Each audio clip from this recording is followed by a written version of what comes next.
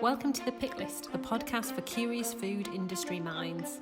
Every week, we bring you our pick of articles from the world of food and grocery retail and explore what they tell us about how our food industry is changing in these extraordinary times. We chat about the major news from nationals and big trade titles, but we also love unearthing gems from niche publications and sharing brilliant, quirky food stories that change the way we think about the food we eat and produce. I'm Julia Glotz. And I'm Laura Ryan. It's great to have you with us. Let's start the show. Hi Julia, it's episode 18 of The Pick List. I'm not quite sure how we've got to episode 18, but we have, and we've got a fantastic show lined up, haven't we? We do. We are joined by Mary Johnson this week from Meat and Livestock Australia. Mary is based in the UK and deals a lot with trade policy, so she brings a really interesting perspective on the global meat trade, but also the wider food and grocery sector. We also had quite a few meaty articles for us to chat about, so it was good to get her thoughts on that. Absolutely. And what have you done this week? Any gossip?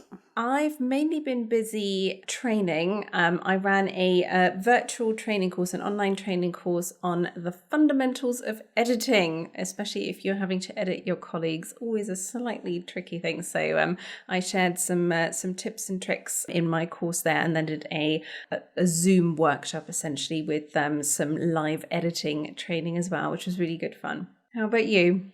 I've had a sneak peek of some of those and they're amazing. I've just been getting ready. I'm chairing a Global Meat Alliance call later this week with Diana Rogers, who is an editor and director of a new film called Sacred Cow. So quite exciting to having a chat with her later this week. Oh, fantastic. I'll be very interested to hear what you made of the film and the chat with her. Should we start the show? Mary, welcome to the show. Thank you so much for joining us. Thanks very much for having me. Could you briefly introduce yourself and tell our listeners how you're connected to the food industry? Yes, certainly. My name's Mary Johnson. I work for Meat and Livestock Australia. I'm the Market Access Manager based in the UK, but I have responsibility for the UK and Europe.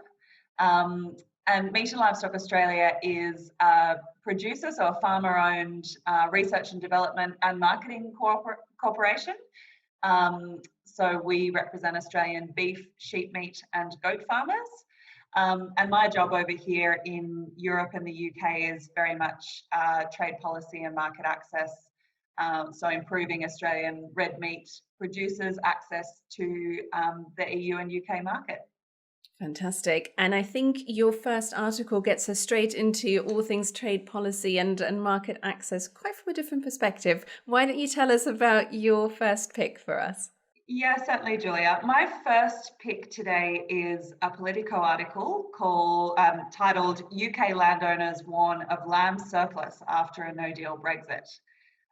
So the article outlines that the UK sheep meat industry is probably the most vulnerable sector when it comes to shocks in the case of a no-deal Brexit, and outlines, the tariffs, if there was no trade deal agreed between the UK and the EU, would be extremely detrimental to the industry and could see about 2 million sheep meat carcasses left on the UK market with no consumer homes to go to.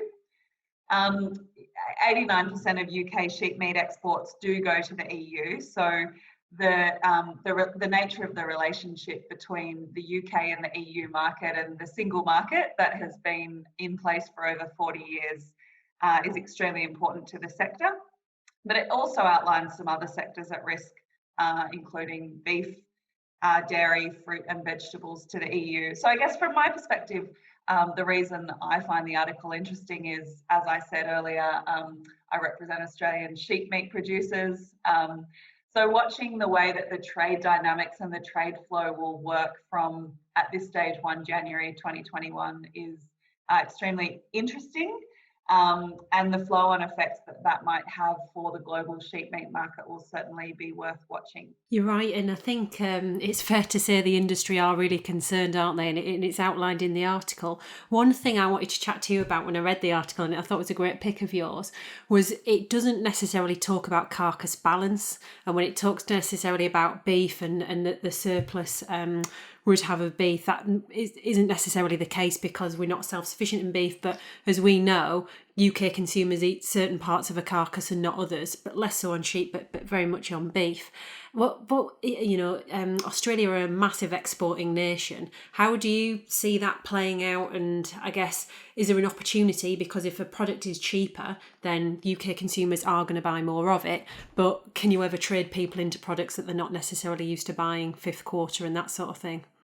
Yeah, it's a really good point, Laura, and really good question. I mean, in terms of the way that the trade works at the moment, and as you correctly point out, carcass balance, it's not carcasses that are necessarily being traded around the world as they were, 20, 30 years ago.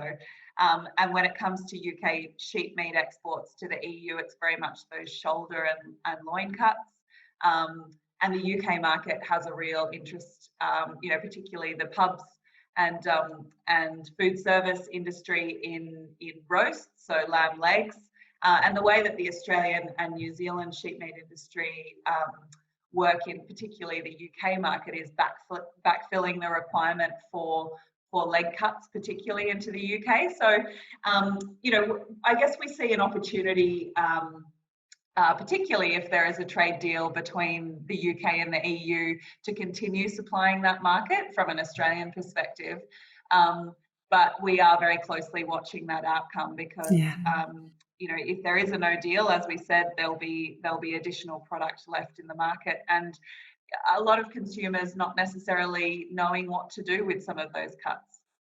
And what's the mood music in Australia about those trade negotiations and the kind of Brexit negotiations at the moment? Are you generally sensing that people are quite optimistic that there will be a positive outcome for Australian producers in terms of market access and relationship with the UK going forward? Or are they more concerned that that access might become more difficult, or perhaps even that there'll be growing emphasis on British grown and produced meat?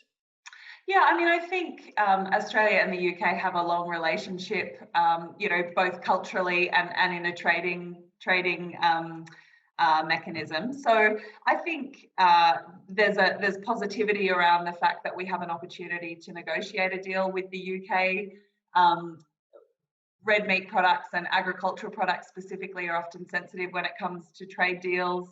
I think there is optimism that a deal will be done quickly from a political level, but I guess we've experienced a lot of trade negotiations and they don't tend to happen quickly, particularly when there's no opportunity really to negotiate face to face as there is at the moment. But from an Australian perspective in the red meat sector, we're looking not necessarily to one market, we're looking to a diverse number of markets, and the UK's been a long-term customer for us, so we see it as an opportunity really to look to the future and hopefully get a good deal for our red meat products.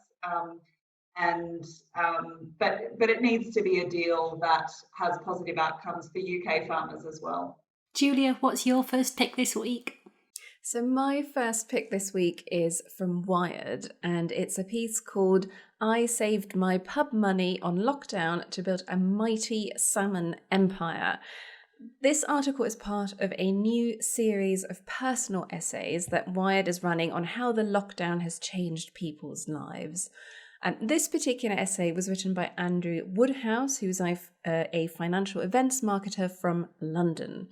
Now, he explains that he really used to enjoy fishing when he was young and always dreamed of smoking his own salmon and trout, but life, as as is so often the case, got in the way. So he went to university, got a job, and as he puts it, he went to the pub instead of going down to the river to fish. And then lockdown happened. Pubs closed, of course, initially, which meant Andrew was looking for new ways to spend his time. And it also meant that he suddenly had a bit of spare cash. And so he decided to use that opportunity to rekindle that childhood dream of smoking his own fish, and spent the money on building his own salmon smoker. And there's a great bit of detail on how exactly he built the smoker and how he managed to get hold of all sorts of different equipment with quite some ingenuity and great bartering. But the key thing here is that he basically started teaching himself how to smoke salmon. He was also put on furlough from his job early on in April. So that again gave him further incentive and time also to pursue this passion with a degree of seriousness. So he built the smoker, got himself some fish from Billingsgate Market. Again, finding the right supplier on that took some time and some trial and error, as he explains. And then he just started selling to friends and colleagues. Word started to spread. He set up an Instagram page. And now he runs this micro business called Andrew's Smokehouse. And he sells his salmon to the public. And he seems to be doing pretty good business based on what the article is saying. What I thought was so interesting here, though, and that's really why I picked the article, is, he's been taken off furlough again. So he's back doing his old job 4 days a week. He's having to balance this sort of smoking salmon passion with having a full-time job. But because of that lockdown experience, and because he's had this opportunity to reconnect with a childhood passion, he is intent on keeping up his trips to Billingsgate and keeping up this new business, and keep running this micro smokery, essentially, and smoked salmon business that he's built up.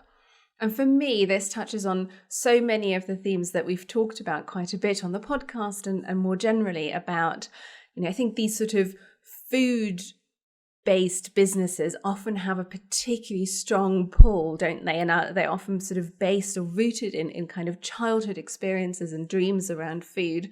And I do wonder how many people have gone through lockdown and come out of lockdown having reconnected with some of those early childhood food passions, and have perhaps also come out of it with perhaps a slightly different sense of where their priorities are in terms of striking the right balance between a job that, brings in the money and something that's a little bit more passion focused. So I'd imagine we're going to start seeing quite a few more of these micro businesses, these micro producers. And I think it's a really exciting development. Mary, what did you make of the piece? And are there any sort of food passions that you reconnected with during lockdown? Any new hobbies, cooking hobbies you took up? Yeah, certainly. I thought it was a great article. His kind of trial and error, as you say, when he was building his smoking equipment, and he's obviously not much of a handyman. So it was interesting to see how he got through all of that. I thought to begin with that he might have just gone out and just caught his own salmon. I was glad to see that he eventually kind of upscaled and was going to Billingsgate. But I found I did some great cooking during lockdown. I think there was some really inspiring chefs that were providing opportunities to try different things. People like Yosha Motalengi using different platforms like Instagram to help educate people about food. I know my sister in Australia was really into bread making until she was banned from using the oven. I do think though at the other end of the spectrum, when people were able to go out and go to restaurants again, everyone had enough of cooking for themselves. So I definitely concur with your comments about how he's going to be able to balance that, professional 9 to 5 job with the fish smoking on the side. And also, I was a bit disappointed to hear he had kind of eaten his fill of smoked salmon and has had to transition into other smoked goods. So it'll be interesting to see what else he comes up with. I love the article as well, and I really like that authenticity, that you really got the sense of who he was and what he was about. And I even had a little look on his Instagram page, because that sort of story and buy-in, I think, as you say, is great for food brands. And I guess for some consumers, it stops you thinking about, well, how much does it cost? I'm not too bothered about the price point, because I know I'm getting something quality, niche and authentic, and he doesn't need to maybe worry so much. And it was interesting about him using Instagram as a sales platform, and how 30 customers a week or something he was saying, and how Instagram is becoming more and more a platform for selling food. I thought that was really interesting, and connecting consumers with the suppliers. Laura, what's your first pick this week? My first pick this week is from the Sunday Times, and it's a well-covered article about Asda, and the Issa brothers buying Asda for 6.8 billion, and they're partnering with TDR Capital, the venture capitalists. And there's been a huge amount of press, surprisingly, around this move, and the fact that Asda's coming back into British ownership for the first time in 20 years, and there's been a lot of press about the supply and all the rest of it. But the reason I like this article, it's entitled "Welcome to the Supermarket of the Future." And it talks quite a lot about not only the brothers themselves, and it talks about the fact that the Euro Garages empire really grew off the back of these big oil companies stepping away from some of the petrol retail. And as their empire grew into 6,000 forecourts across 10 countries, they had that buying power to be able to partner with the likes of Starbucks and Greggs and other suppliers. And as you know, if you go into one of these garages now, it is a retail experience, which is so different than 20 years ago, when it said a typical motorist might have picked up a packet of cigarettes and a bag of crisps, and you would. But now you go in there and it's not even necessarily just for fuel, it's for that shopping experience of maybe convenience and to grab your lunch or whatever it may be, but also what you're eating tonight, and to try and get more purchase that way. And this move is very much to try and get Asda into those stores, and to also get Asda more into the convenience market. What the article goes on to say is, as we know, online sales have absolutely boomed, and they're now up to 13% of grocery. But bricks and mortar are still the majority of where sales are going, and still really important. But it talks a lot about online stores, and actually a lot more picking being done on online, picking for online done in stores.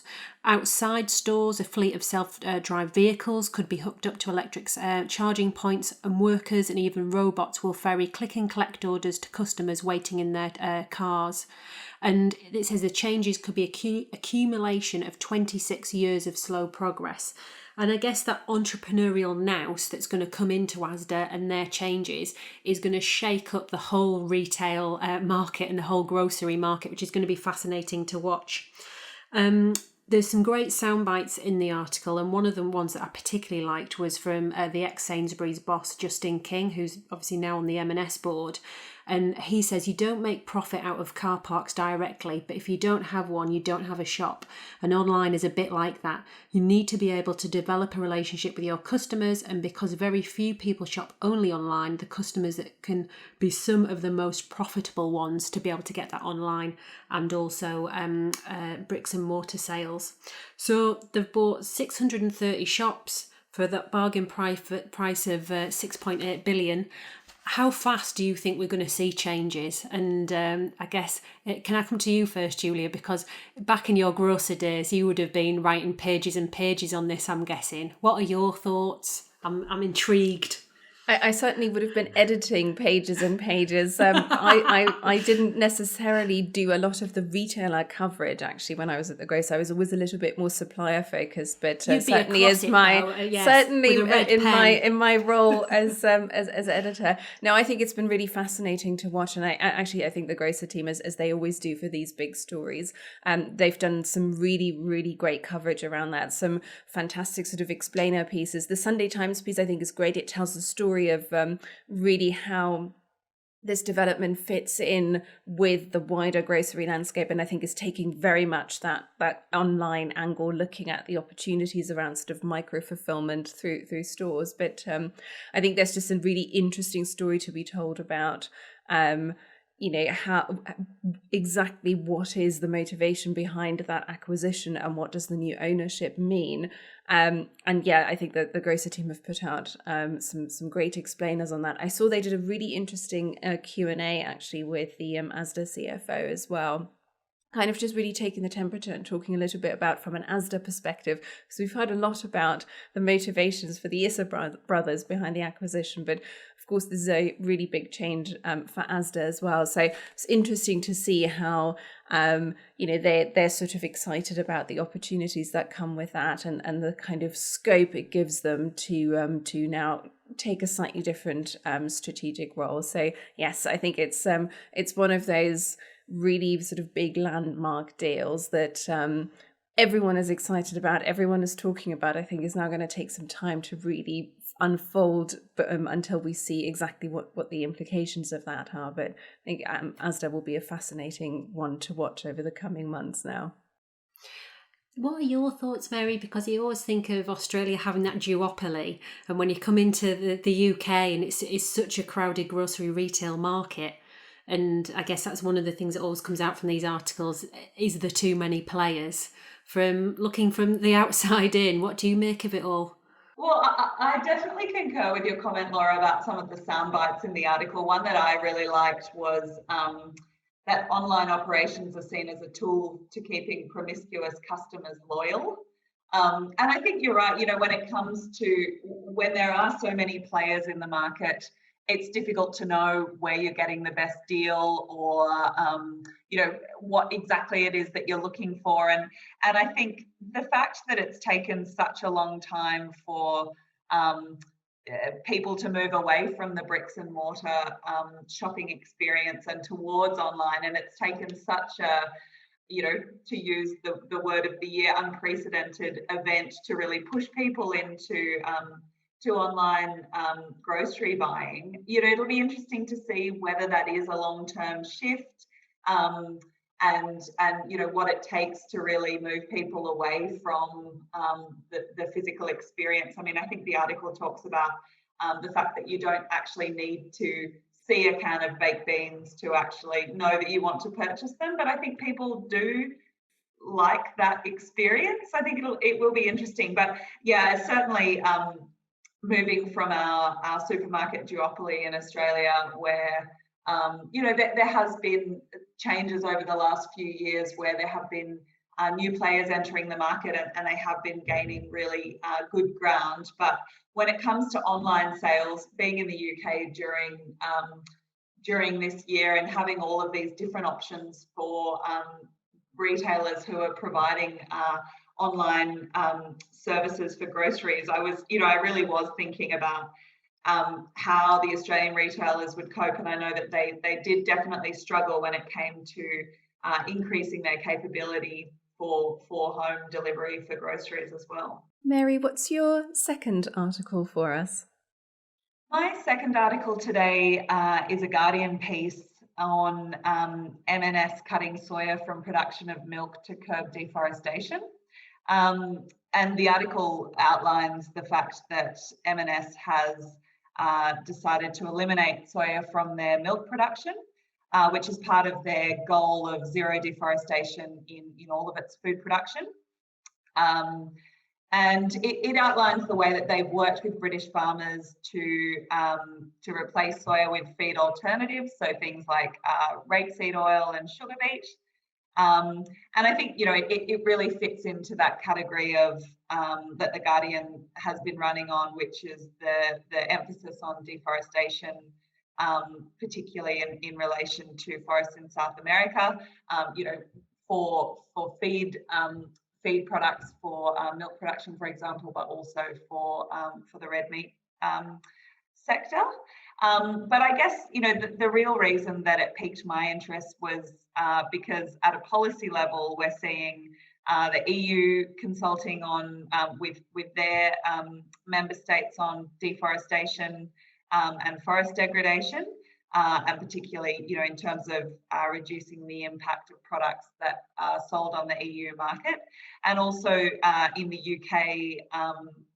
there has been a consultation launched on reducing deforestation in the UK supply chain. So I find it very interesting when at a policy level there's conversations happening and consultation with stakeholders, but then when a retailer makes the move to really up the ante, I guess, and make a commercial decision which will really flow through the supply chain and probably make a difference at a much faster pace than any policy changes could make.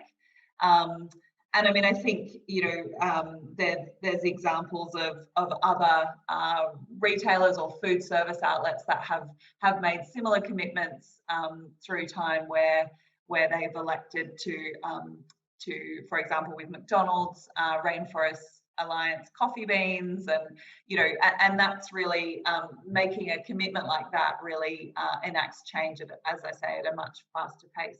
And I think you're totally right, Mary, in terms of that differentiation, that players go for it, and M&S and Waitrose tend to be the first to go for some of these, I guess, pledges and changes. And we've seen it time and time again, and you're right that there's always these policy discussions, but until a commercial player goes for it and actually has that closer relationship with their supply chain to understand what's happening at the moment and what's needed to be able to make changes for the future, and then we can talk to our consumers about it. I think that is the key, isn't it? And it'll be interesting to see if some of the others follow suit. And Mary, I was interested in what you were saying about deforestation really, I think, having risen as a sort of key sustainability topic in recent months. Is that reflected in Australia as well? Has deforestation been a major topic of debate? Are we seeing similar sort of retailer commitments down under as well? I don't think so at this stage, Julia. I mean, I think, when we look at trends that are flowing through the retail landscape, they tend to be led in Europe and the UK, and particularly, UK retailers kind of leading the charge. But certainly I think when we see a retailer make a move like this, it definitely kind of piques the interest and it makes us think a little bit more about what it is that those customers and end users are looking for in product. So, there's a number of examples, I guess, less deforestation, but more on the sustainability front. How can Australian producers outline their commitment to sustainability, and how does that, I think, as you said, Laura, how are we working with our supply chains to ensure that the commitments that are being made can be actionable by an industry sector. And reading the article, I was also reminded, we've talked about sort of several articles here on the podcast, but there really does appear to be much more of a focus on animal feed supply chains of late, whether it's in the context of soy and deforestation, or whether it's about adding things to animal feed to deal with methane emissions. It feels like that the sort of public debate around I think particularly animal proteins is just becoming much more granular, and we're talking about not just where the meat is coming from and how it was perhaps reared, but I think there's now a public debate that really focuses on some of the inputs and animal feed in particular. Yeah, and I mean, I think you're absolutely right. It's very much getting down to that granular level, which we absolutely wouldn't have seen, I don't think 2 years ago. So it's that kind of rapid change and further interest in how our products are being produced. Julia, what's your second pick this week? My second pick this week is from The Spoon, and it continues the sustainability theme that Mary started with her article. So this is an article called Danone North America Implements Lattice to Determine Ingredient Sustainability. Lattice, or Lattice, is a food sustainability platform operated by a company called How Good. which essentially helps determine the source location, sustainability standard, and environmental impact of ingredients. And as the headline suggests, they've just gained Danone North America as a new client or partner. The way Lattice works is it's essentially a database of 30,000 ingredients, chemicals, and materials which are tracked and categorized according to the ingredients' impact on greenhouse gas emissions, water usage, soil health, animal welfare, labor risks, and working conditions. So it's quite a comprehensive range of factors. I thought that was quite eye-catching because there are, of course, quite a lot of different schemes that will focus on any one of those factors. I think they're really trying to paint a comprehensive picture from sustainability to welfare to sort of labour conditions. And the idea is that food producers, food manufacturers such as Danone will use the insight to determine the sustainability of ingredients found in existing products, but then also use that for new product development. You know, you can use the data to come up with an ingredient list, an ingredient deck that very much meets consumer expectations on those sort of ingredients. And it really is part of this sort of growing consumer trend to really want to understand what's in products that they're buying and the environmental impact, I think in particular, of various ingredients. We just talked about animal feed. I think that's an important part of that. But I think it's just, you know, raising the bar, I think, for food companies, food producers and retailers in terms of that granularity of information that they will increasingly need to capture and provide. And that's quite complex. You know, if you're dealing with multi-ingredient products, I think it's hard enough actually often, you know, achieving complete traceability and that level of transparency on sort of, you know, primary produce. But when you're dealing with multi-ingredient products, it's a serious undertaking. And I suppose that's where these services such as Lattice come in and provide a sort of really structured approach to looking at those ingredients. Danone certainly seems determined to do this. And the article points out the company, Danone North America specifically, is the world's largest B Corp. And of course, initiatives like these, initiatives on ingredient transparency and traceability, they're very much in line with that B Corp ethos and speak to sort of wanting to create greater transparency for consumers. What really fascinates me here is how they will communicate what they find in their ingredients to the public, and if they do communicate that.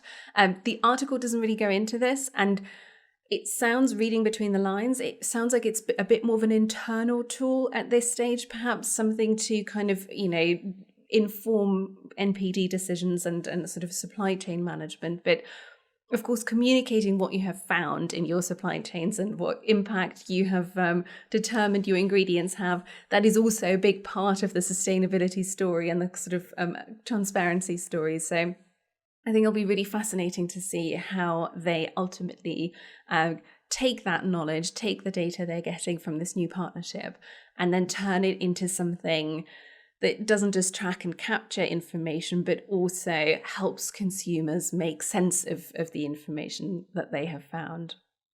Mary, what did you make of the piece? And do you see growing pressure on companies to really get down to that super granular level of knowing exactly what the impact is from every ingredient? Yeah, I mean, I think just the sheer diversity of the information that's being collected just, you know, blew my mind, in the sense that I think you hit the nail on the head there in terms of, well, is it an internal benchmarking or product sourcing tool that Danone is looking at utilising for their own internal decision making, or is it another I guess when you think about the information that consumers are looking at when they're purchasing a ready meal or a product from the shelf, you know, they're already being bombarded by nutritional information, and you know, this is suggesting that they'll be able to see the greenhouse gas impact, water use, soil health, animal welfare, the labour, the labour use that goes into the product. And I mean, I think, you know, when you look at some products that have, you know, 20 different ingredients, how do you communicate that information in a way that resonates with consumers, or or provides any valuable information back to consumers. I mean, I can understand the importance of being able, from an internal company perspective, in collecting that information and the internal benchmarking, but where does it go in the future, I guess, is the main question for me. And yeah, I guess, is there a heightened desire? Are customers going to vote with their feet and purchase products just because it includes that additional information? What are we missing out on at the moment, and how can we communicate it in a clear and concise manner, I guess? And I wonder if a first port of call will, for the consumer side, to be saying we're doing it, and at a group level we're keeping at X target. And if you want to find out more, there's a QR code on pack, and you can go through to the website and look at all the amazing metrics. But you're right, that if you're thinking of Danone's product portfolio, a lot of them are going to be very quick purchases where people aren't going to be analysing the pack in detail. So maybe it's that differentiator around, well, we're doing something different. Laura, what's your second article for us? My second article this week's from The Grocer, and it's Tesco targets 300% rise in plant-based sales by 2025 in sustainability push. I picked this for a couple of reasons, mainly because Mary's on the show, and it's I was very keen to get her thoughts on it, and I thought I'd pick it before she did. And also, I thought it was a really interesting move by Tesco. They've committed to this 300% rise in sales of plant-based meat alternatives by 2025 as part of a plan to halve the environmental impact of the average UK shopping basket. So we're continuing in that sustainability theme. And what this is actually part of is Tesco have partnered with the WWF for the Retailer's Sustainable Basket Metric. And it's interesting, I've had a little look on their website this afternoon actually about that. And it's a list of different metrics, be it, sustainable, deforestation, all the things that we've already spoken about, and percentages against each, and then measures the impact. And Tesco is saying, as part of its pledge to improve visibility, it's committed to providing a plant-based alternative for every meat-based product. And that's absolutely massive when you think about it. The range of meat products, and there's going to be a plant-based alternative for each. And Tesco is also committed to publishing the sales of plant-based proteins as a percentage of overall protein sales every year. So me looking at this, I think 2025 is not very far off. The other thing I think is 300% increase from a very, very small base. So it'll be really interesting to see how actually the figures look when they do start publishing them. And also, there's a quote from Dave Lewis, the outgoing CEO, towards the end of the article, who talks sort of broadly about food waste and sustainability business messages. But within the article and also on the website, it's not quite clear what they're saying the savings would be and what measurements they're using in terms of meat being perceived as unsustainable. And I guess our friends at the National Farmers Union and other UK producers and Tesco's are buying a lot of UK meat, predominantly UK and Irish meat. They would say, well, UK production, grass-based production is sustainable. What metrics are you using? So it's maybe back to your earlier comment, Julia. What are they using to measure this? And is it global stats or more local stats? Mary, I know I nicked the article from you. What are your thoughts? Yeah, you did. I should have got in earlier. I mean, I think your comment, Laura, about the fact that they're publishing, or they've announced that they're going to publish data against overall protein sales is a really interesting move. Because I know from a red meat perspective, we benchmark beef against chicken or lamb against pork in Australia.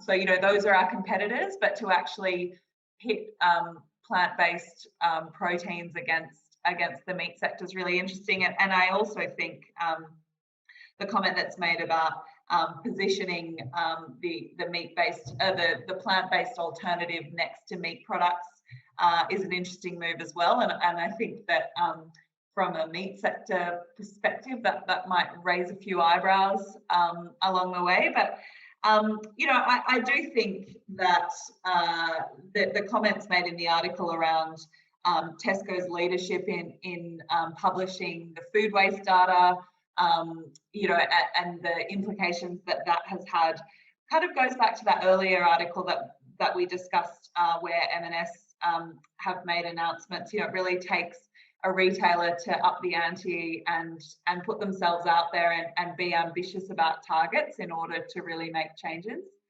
I think it's certainly ambitious. I guess, whatever products they're pitting against meat products will have to be to the customer requirements. I think there'll obviously need to be, they mentioned in the article, ongoing product innovation to ensure that there is repeat buy when it comes to people purchasing the alternative products. But when it comes to affordability, we know that purse strings are going to be relatively tight over the next 5 years, so that may provide opportunities for them to really promote that sector. And I think it's really interesting your comments there, because you think the M&S article was changing the supply chain to make it more sustainable for the product that the consumer wanted, whereas this is listing more products that obviously consumers are wanting more and more plant-based products from the research that they're chatting about. But is this really what consumers want, or a Tesco actually feeling that they should? And for a retailer to do something against what consumers are buying to such a high degree feels a bit alien. Julia, am I too close to this being a meat person? Give us Possibly. an honest cool us down. No, because I think 300% growth is obviously sounds like quite a lot, but as you say, it's from a relatively small base, and the growth is there. I mean, this is a really fast growing market. There is no shortage of innovation. I'm right in the middle of writing a really big article on plant-based, so I'm quite close to that topic at the moment. Innovation isn't the problem here. I mean, this is a really busy, really quite crowded sector. The debate isn't about are there enough products and is there enough consumer demand potentially. It's more about how do retailers even prioritize what they're giving shelf space to.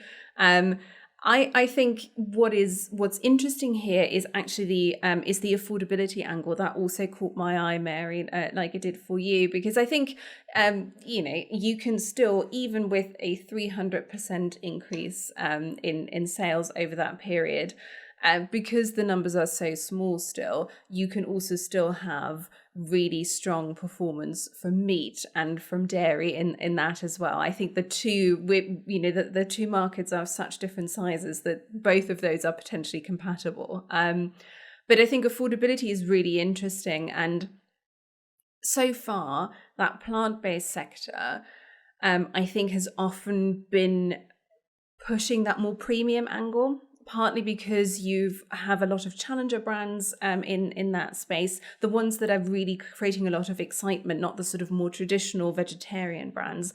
They are, they've got quite expensive kit and technology that they're using to make their products. And so that's, some of those products are quite pricey. But there is, of course, an opportunity to say that if you're using plant-based ingredients and they are considerably cheaper than animal protein, that you can create products that are suddenly appealing not just from a health and environmental or whatever perspective, but that are actually just having a real price advantage. The other thing that I'm watching with great interest that I feel like hasn't been pushed quite so much, but is that idea of blended products.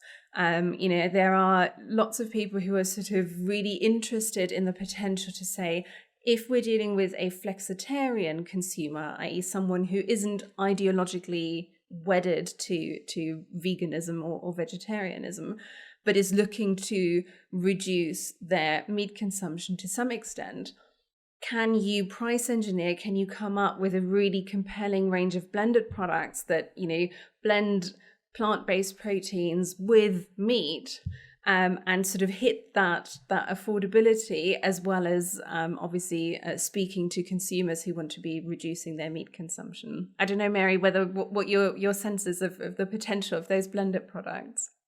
Yeah, I mean, you certainly do hear a lot about them, and I mean, I think when it comes to affordability, certainly if you could pad out a product that it includes some meat product and a vegetarian product, then I think that speaks to the issue. I mean, we know that while customers talk about the sustainability and animal welfare concerns that they have around their purchase points, at the end of the day, the price of the grocery basket is really the thing that they're thinking about when they're walking out the supermarket door.